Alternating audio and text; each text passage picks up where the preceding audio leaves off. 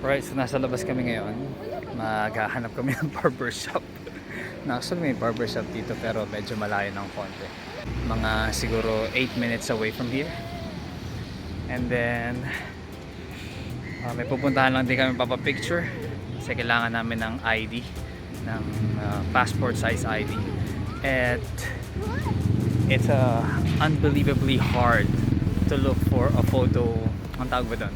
Photo shop dito. Hindi ka guys sa Pinas na sobrang dami. Punta ka lang sa palengke, marami na pwedeng papicturan, pero dito wala. So kailangan talaga maghanap. So based on the map, dito lang merong pagupitan sa area na to. Right, so nandito pala yung barbershop there. Papagupit na siya. So pinapagupitan lang namin siya every year.